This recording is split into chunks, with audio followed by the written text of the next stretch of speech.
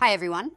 In this video, we'll show you how to customize the position and style of closed captions in Articulate Storyline using JavaScript. Let's get started. First, open your Articulate Storyline project and navigate to the slide where you want to add the JavaScript code. Go to the Triggers panel and add a new trigger. Select Execute JavaScript, paste the given code into the editor. And adjust the position of the closed caption as required.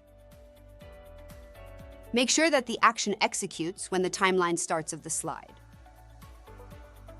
Now, let's preview our slide to see the changes.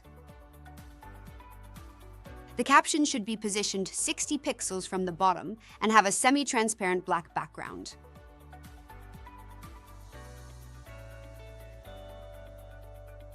And that's it! You've successfully customized the position and style of closed captions in Articulate Storyline using JavaScript. Thank you for watching.